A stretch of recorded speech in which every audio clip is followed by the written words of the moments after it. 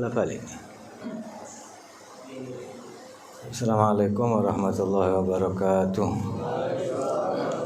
Bismillah, alhamdulillah, salatu wassalamu ala rasulillah Muhammad bin Abdullah wa ala alihi wa sahbihi wa man wala wa la hawla wa la quwata illa billah, amma ba'du. Oke, soal dulu ya, pertanyaannya, lebih baik mana berbuat baik dengan niat untuk mendapatkan ridha Allah Subhanahu wa taala atau pahala? Ya, kita niat berbuat baik pertama yaitu untuk mencari ridha Allah Subhanahu wa taala. Kalau sudah mencari ridha Allah, otomatis pahala pasti akan diberikan oleh Allah Subhanahu wa taala. Dan ini masalah pahala tidak ada masalah, kita mencari untuk supaya mendapatkan ganjaran. Tapi ini maqam yang lebih tinggi adalah berbuat sesuatu tidak lain untuk mencari ridha dari Allah Subhanahu wa taala. Yang kedua, bagaimana cara mandi janabah saat puasa? Apa ini? Kan tidak boleh terkena air lubang-lubang telinga. Apa ini tulisannya kira? Apa ini? Telinga apa ini? Tulisannya siapa ini? Dikarenakan mimpi basah saat puasa. Iya. Mandi janabah lebih baik mandinya sebelum subuh. Tapi kalau sesudah subuh tidak ada masalah, bukan harus sebelum subuh. Nah, masalah kena telinga ya kita menjaga mandinya jangan sampai masuk ke dalam. Ini gini dok, gak apa-apa, memang harus ya kena ya. Cuma kalau masuk ke dalam ini yang tidak diperbolehkan. Dan kalau kita tahu kalau kita mandi janabah mesti airnya masuk, ya mandi sebelum subuh hukumnya jadi wajib. Tapi kalau kita tidak yakin, walaupun mandi janabah tapi tidak mungkin masuk air, terbiasa tidak masuk air, ya ini tidak ada masalah. Paham ya, insyaallah ya. Jadi mandi janabah diusahakan air tidak masuk ke dalam telinga. Jadi ngumbai aja asal bior ngene, ya itu berarti semi disengaja. Jadi nyirame sudah biasa aja, dikenakan semua karena semua yang luar harus terkena air. Makanya mandi janabah iki seluruh tubuh tidak ada terkecuali rambut, sing rambutnya dawa juga harus terkena air. Makanya di kulli sya'rin janabah kata Nabi sallallahu alaihi wasallam. Setiap satu rambut itu janabah. Jadi semua rambut harus terkena air, sya'ron wa basaron, baik yang di dalam. Nah, iki kadang wanita waktu datang bulan rambutnya terus dicuci lagi. Nah, ini tidak ada kewajiban. Yang wajib dibasuh rambut adalah apa? Yang masih nempel pada kepala. Kalau sudah terlepas ya sudah tidak ada kewajiban untuk membasuh rambut walaupun jatuhnya dalam keadaan datang bulan atau janabah.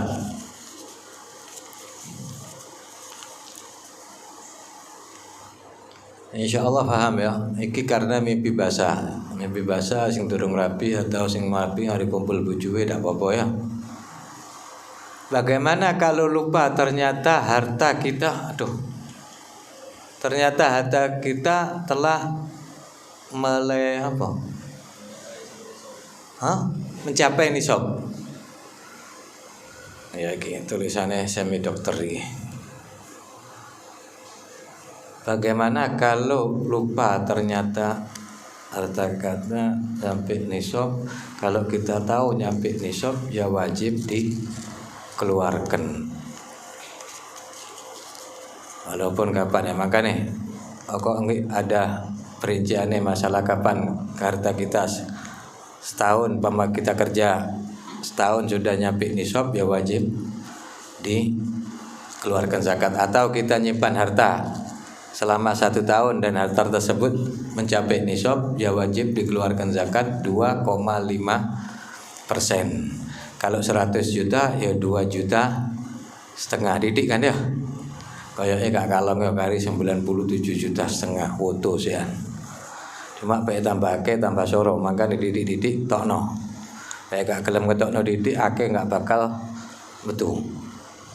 Supaya dilipat gandakan harta iki 100 juta, 2,5 juta. 400 juta, 10 juta. M 25 juta, lumayan ya.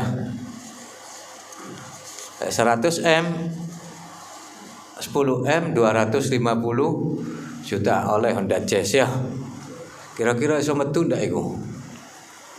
Ya ki, cuma 2,5%. Berarti kalau sudah ingat ya cepet dikeluarkan. Bagaimana hukum merokok di dalam masjid atau musola? Di dalam masjid hukumnya haram untuk merokok, masjid tempat untuk ibadah. Apakah apa ini? Nama Zea apa Zea itu? Awalinya Azhara bagus.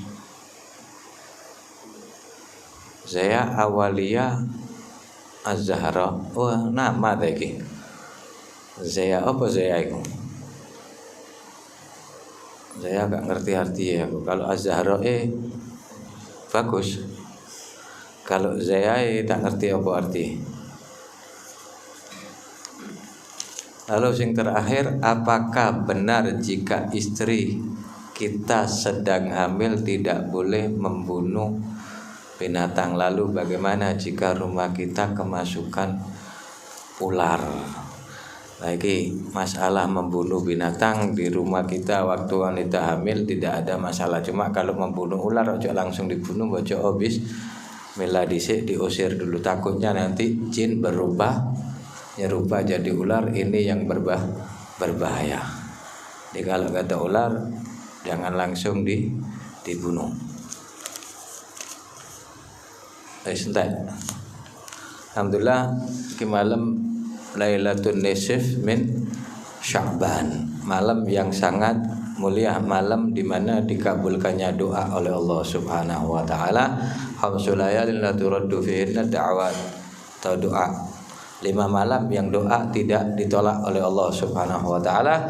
Di antaranya adalah malam Lailatul Nisf min Sya'ban, malam pertengahan nisfu Sya'ban, ya pas malam ini. Karena itu minim kita bangun malam minim daripada bangun malam sholat maghrib, isya, subuh berjamaah, jangan sampai kita tinggalkan. Dan kita usahakan mohon kepada Allah Subhanahu wa taala agar supaya wabak, bencana, bala diangkat oleh Allah Subhanahu wa taala, dan kaum muslimin diberi kemenangan oleh Allah, diberi kelapangan oleh Allah Subhanahu wa taala. Semoga musuh-musuh Allah dibinasakan oleh Allah Subhanahu wa taala. Semoga rezeki dilapangkan, diberi panjang umur, sehat wal afiyah, fi taatillah, fi taati Rasulillah, maka kamal sehat wal afiyah wa husnul khatimah indal maut. Amin ya rabbal alamin. Doa pada malam nisful Sya'ban ini sangat diperlukan. Ini juga malam yang sangat mulia. Maka dari itu dalam hadis dikatakan ya Allahu, apa hadis hikmah?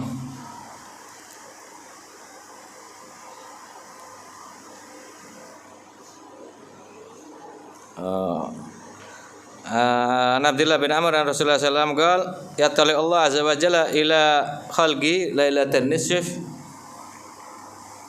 min Sya'ban. Allah melihat pada hambanya pada Lailatul Nisf min Sya'ban, malam Lailatul Nisf, malam nisfu Sya'ban ini, dan Allah akan mengampuni wa yaghfiru li ibadihi illa tsnatain, maka akan diampuni dosa-dosa hambanya kecuali 2 orang, al-musyrik wal musyahin, orang yang musyrik, syirik kepada Allah, dan orang yang bermusuh-musuhan. Dan ini kesempatan buat kita untuk saling memaafkan kita dengan saudara kita yang ada bermusuhan. Kalau kepingin ampunan dari Allah Subhanahu wa taala, monggo cepet-cepet saling memaafkan, mohon maaf. Dan juga ada yang mengatakan musyahin atau juga qatilun nafas, yang bunuh diri, atau juga aqul walidain, orang yang benci durhaka kepada kedua orang tua. Dan ini semua cepat-cepat kita hilangkan. Ini malam Lailatul Idil Malaikah, malam lebaran buat para malaikat. Jadi jangan kita sia-siakan kesempatan yang sangat mulia ini, malam Lailatul Nisf min Sya'ban. Kita bisa bangun malam munajat kepada Allah, doa untuk diri kita, keluarga kita, saudara kita, sahabat kita, dan kaum muslimin. Doa benar-benar mohon kepada Allah Subhanahu wa taala, tunjukkan bahwa diri kita ini butuh kepada Allah Subhanahu wa taala. Dan juga ana amalan, bukan amalan ya, bisa ditulis di kertas, amalan ijazah dari para solehin Habib Salim Syatiri insyaallah.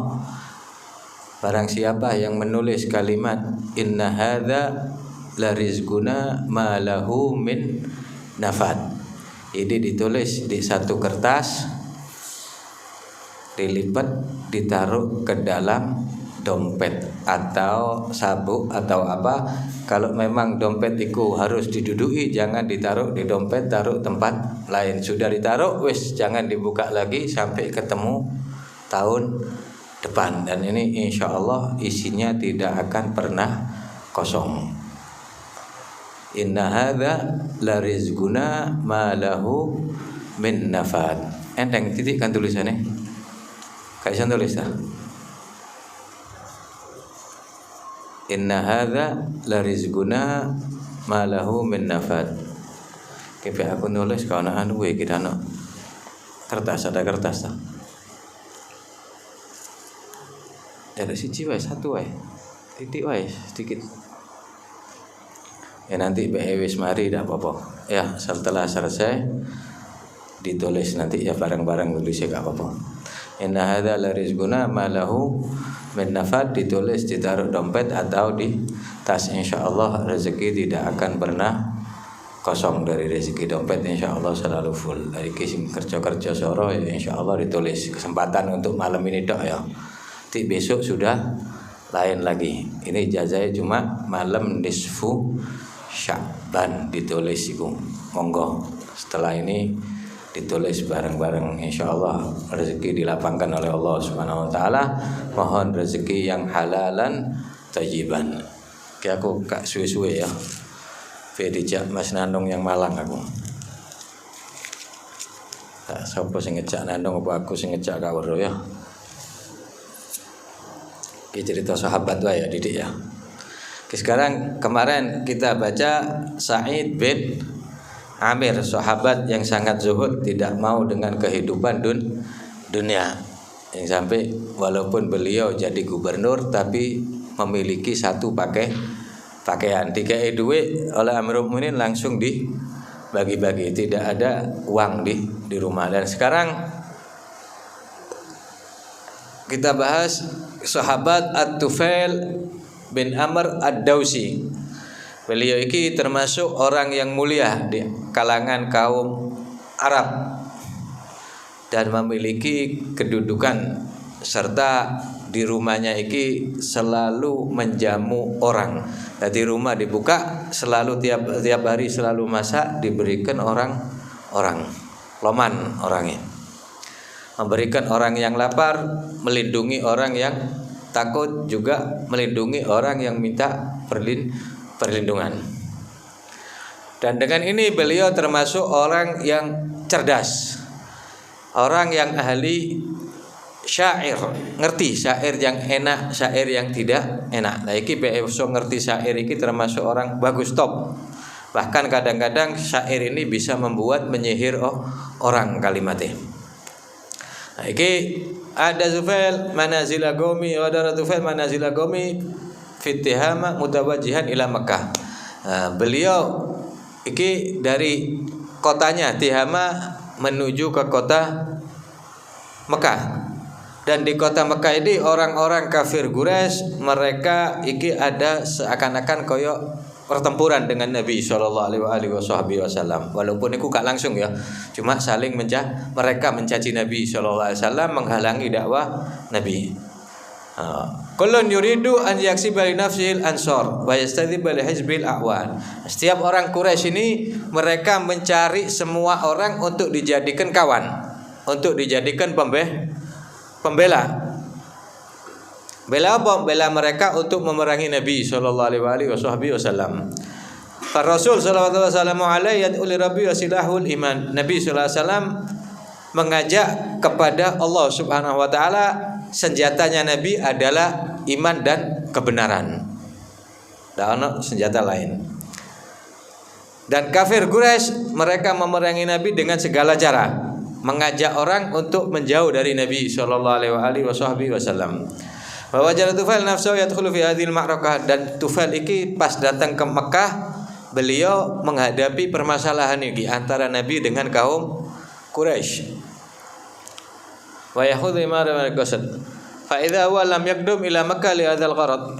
Beliau masuk ke dalam ke kota Mekah iki bukan tujuannya untuk menengahi kita tapi ada keperluan lain. Wala khatara lahu amru Muhammad wa Quraisy. Dan tidak terlintas dalam hatinya urusan Nabi sallallahu alaihi wasallam dengan kaum Quraisy, tidak ada urusan sama sekali, tidak terlintas dalam hati. Amin. Huna kana Tufail bin Amr Dausi ma'adzasira hikayah. Dan di sini beliau menceritakan kejadian waktu beliau datang ke kota Mekah, apa yang dialami beliau ketika orang-orang Quraisy mencegah orang-orang yang datang untuk menjauh dari Nabi sallallahu alaihi wasallam. Beliau mengatakan, ketika aku datang ke kota Mekah, aku melihat pemimpin-pemimpin Quraisy datang kepadaku menyambutku dengan sambutan yang mulia. Dan mereka menghormati diriku. Tadi dihormati.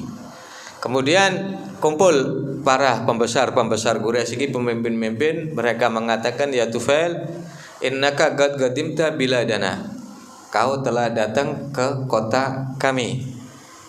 Dan ini ada seseorang yang mengaku menjadi nabi telah merusak urusan kita.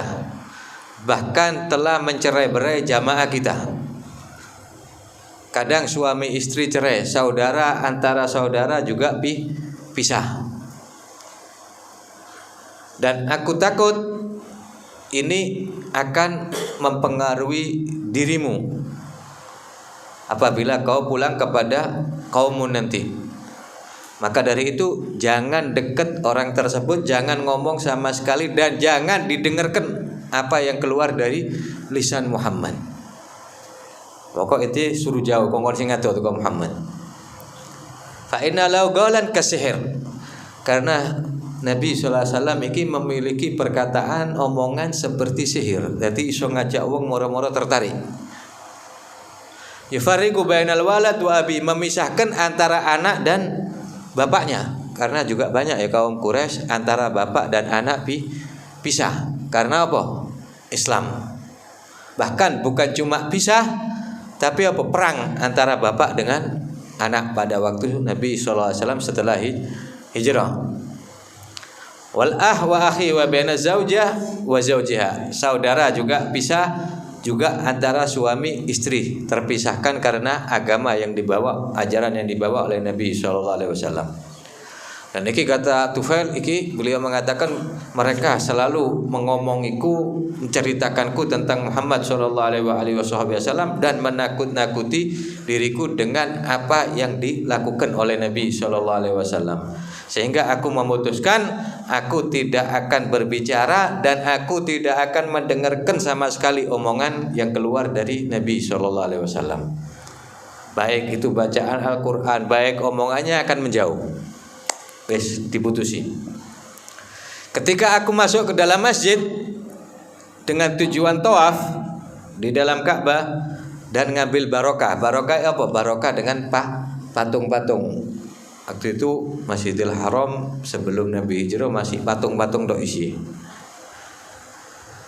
Allati kunna ilahana hujjah. Iki memang mereka kepingin haji wa nu'adzim. Hasyautu fi udhunaya qutnan khaufan min an yulamisa sam'i syai'un min qawli Muhammad. Aku tutup telingaku dengan kapas, dengan kain. Tujuannya apa? Supaya tidak mendengar apa yang keluar dari lisan Nabi sallallahu alaihi wasallam. Jadi sampai ditutup kupingnya supaya ndak krungu masuk masjid iki. Lakinni ma in dakhaltul masjid hatta wajadtu qa'iman yusalli indal Ka'bah salatan ghaira salatina. Dan ketika aku masuk Ka'bah, aku lihat Muhammad sedang melakukan sholat beda dengan sholat kita. Ibadah beda dengan ibadah kita, kata Quraisy. Fa asarani mandharahu wa hazani ibadatahu wa wajadtu nafsi adnu minhu. Dan ini membuat aku senang dengan memandang ini, asyik delok pemandangan ini.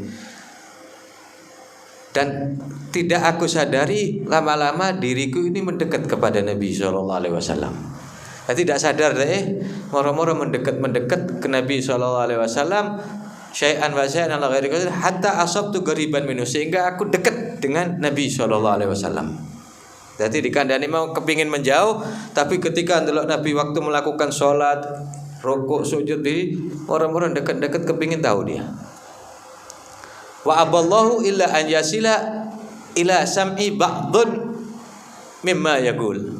Tapi apa? Allah tetap menyampaikan ke dalam telingaku sebagian ucapan yang diucapkan oleh Nabi sallallahu alaihi wasallam. Jadi ucapan Nabi sallallahu alaihi wasallam masuk ke dalam telinga, padahal sudah tak tutup telinga kita tadi. Basami itu kalaman hasanan. Aku melihat omongan yang indah. Sakilat ka umbuk ya Tufail. Ngamu ambe awake dhewe beliau, kau iki adalah orang yang cerdas, kau adalah orang yang pintar, kau adalah orang yang ahli syair, dan kau bisa membedakan mana yang baik dan mana yang buruk. Ngomong ambe awake dhewe. Memang dia pintar, ahli syair. Lalu apa aku nuruti wong Quraisy? Aku lah iso ngrungokno iki api atau jelek. Kalau ini bagus ya aku ambil, kalau jelek ya aku tinggal. Aku bukan orang bodoh, kata beliau. Ama yamna'uka antasma, apa yang membuat kau tidak mau mendengarkan? Fa in kana ya'ti bi hasanan qabiltu wa in kana qabihan taraktu. Kalau memang yang keluar dari lisan Muhammad itu baik, niscaya bakal aku ambil. Tapi kalau yang keluar jelek, bakal aku tinggalkan. Akhirnya galat Tufail, thumma makathu hatta syarafan Nabi sallallahu alaihi wasallam baiti. Kemudian aku berhenti di situ sampai Nabi sallallahu alaihi wasallam pulang ke rumahnya. Nah, setelah Nabi sallallahu alaihi wasallam ke rumahnya pulang, aku ikuti sampai aku masuk ke dalam sampai Nabi sallallahu alaihi wasallam masuk ke dalam rumahnya. Ngomong aku, ya Muhammad, aku katakan kepada Nabi, ya Muhammad, sesungguhnya kaummu ini, kaum Quraisy mengatakan tentang dirimu kada wa kada, begini. Dan mereka selalu menakut-nakutiku tentang urusanmu. Sampai telingaku aku tutup dengan kain, dengan kapas, supaya aku tidak mendengarkan apa yang keluar dari lisanmu. Tapi Allah tetap menghendakiku untuk mendengarkan apa yang keluar dari lisanmu. Dan aku dengarkan yang keluar dari lisanmu adalah sesuatu yang sangat baik. Dan aku mohon sekarang coba berikan aku omongan yang baik. Apa yang kau bawa sekarang? Kenapa mereka orang-orang Quraisy kok sangat memusuhimu wahai Muhammad? Fa'aradha alayya amrahu wa qara'ah. Kemudian dibacakan kepada diriku, kata sahabat Tufail iki tadi, surat Al-Ikhlas dan surat Al-Falaq, dua surat yang pendek ini. Akhirnya beliau mengatakan, wallahi ma sami'tu qaulan ahsan min qauli wa la ra'aitu amran a'dal min amri. Demi Allah, aku tidak mendengarkan perkataan yang lebih indah daripada yang keluar dari lisan Muhammad sallallahu alaihi wasallam. Kemudian setelah mendengarkan ini, karena dia ahli syair ya, bisa membedakan ini omongan Allah apa buatan manusia. Kalau kita bahasa Arab gak ngerti, tapi mereka ahli syair, ahli bahasa Arab tahu. Ini tata aturan katanya, peletakan ininya semua beda dengan buatan manusia. Setelah mendengarkan langsung nyodorkan tangannya, mengucapkan asyhadu alla ilaha illallah wa asyhadu anna muhammadar rasulullah. Dengan apa? Dengan mendengarkan dua surat yang pendek dari Al-Quran, langsung masuk ke dalam agama Islam. Dan iki makane Al-Quran merupakan mukjizat yang sangat agung, mukjizat yang sangat besar, mukjizat yang sangat mulia yang diberikan oleh Allah kepada Nabi sallallahu alaihi wasallam. Kemudian beliau mengatakan, lalu aku duduk di kota Mekah pada waktu yang lumayan untuk belajar kepada Nabi sallallahu alaihi wasallam tentang agama Islam, dan aku menghafalkan sedikit daripada Al-Quran. Kemudian ketika aku kepingin kembali pulang ke kaumku, aku berkata kepada Nabi, ya Rasulullah, inni imru'un muta'un fi ashirati. Sungguhnya aku ini orang yang ditaati dalam keluargaku, dalam kaumku, dan aku sekarang mau pulang dan mengajak mereka untuk masuk dalam agama Islam ya Rasulullah. Mohonlah, mintakan aku kepada Allah agar supaya diberikan ayat tanda kebenaran ini untuk membantu dakwaku kepada mereka. Kemudian didoakan oleh Nabi sallallahu alaihi wasallam, Allahumma ja'alhu ayatan, ya Allah berikan kepada Tufail ini suatu tanda-tanda. Apa tanda-tandai? Insyaallah kita lanjutkan minggu yang akan datang. Fil qabul wa tamamil lisul ma'mul salahi sya'an zahiran wa batinan.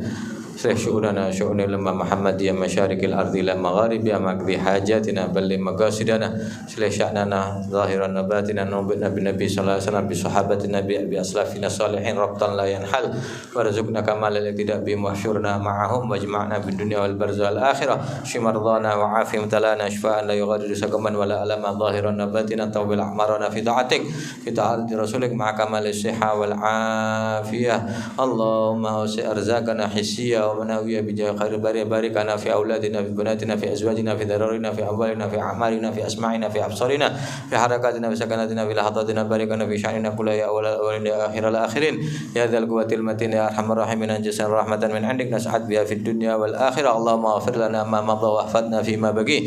اللهم اغفر لنا ما مضى واحفظنا فيما بقي. اللهم اغفر لنا ما مضى واحفظنا فيما بقي. يا ميسر لتعسر يا مجمل لتهمل يسر لنا جميع أمورنا. Allah syrah lana sudurana wakshif qurubana farij humumana birahmatika ya arhamar rahimin. Rabbana atina fid dunya hasanah fil akhirati hasanah wa qina adzabannar. Arwahi walidina walidikum wa amwatina wa amwatikum wa amwatil muslimin ajmain. La rahisusan sa walid an ibnu Abubakar Rahman saga wa walidai ikhwana wajid Abubakar Muhammad dan Umar saga wa walidai habashu wa mulna sa walid Habib Husain Abdullah saga fil masyhur nafid salam marashadiru ke janur basakus maksum walidai wa ikhwanihim رسولهم وفروعهم من الله تغشاهم بالرحمة والمغفرة سكن الجنة فرجعنا والمسلمين يختم لنا بالحسنى فخرجنا العافية إلى حضرة النبي صلى الله عليه وسلم. فاتحة.